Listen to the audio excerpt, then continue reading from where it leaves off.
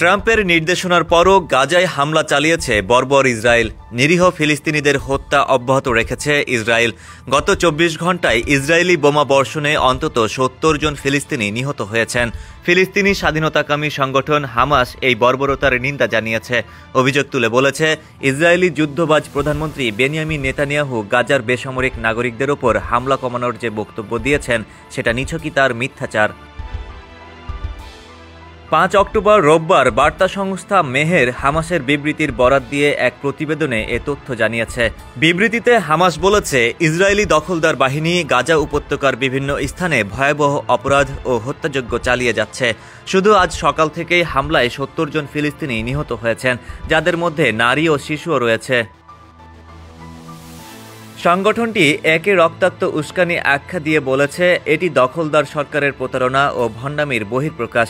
পাশাপাশি হামাস আন্তর্জাতিক সম্প্রদায় এবং আরব ও ইসলামী দেশগুলোকে আবারও আহ্বান জানিয়ে বলেছে, তারা যেন তাদের আইনি ও মানবিক দায়িত্ব পালন করে ফিলিস্তিনি জনগণকে সুরক্ষা ও সহায়তা দেয় এবং চলমান গণহত্যা ও গাজার অবরোধ শেষ করতে দখলদার শক্তির ওপর সর্বোচ্চ চাপ প্রয়োগ করে।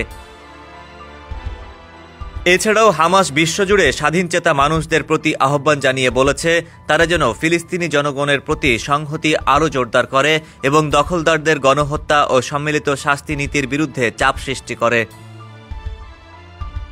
এদিকে মার্কিন প্রেসিডেন্ট ডোনাল্ড ট্রাম্প ঘোষণা করেছেন, গাজায় যুদ্ধবিরতির জন্য চলমান আলোচনার অংশ হিসেবে ইসরায়েল তাদের সেনা প্রত্যাহারে একটি প্রাথমিক চুক্তিতে সম্মত হয়েছে।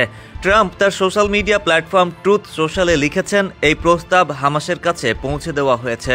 হামাসের সম্মতি পাওয়া গেলে অবিলম্বে যুদ্ধবিরতি কার্যকর হবে, পাশাপাশি বন্দি বিনিময় প্রক্রিয়াও শুরু হবে।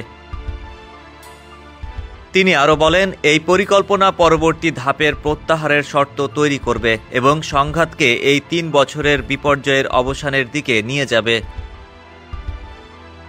ডেস্ক রিপোর্ট, সমকাল।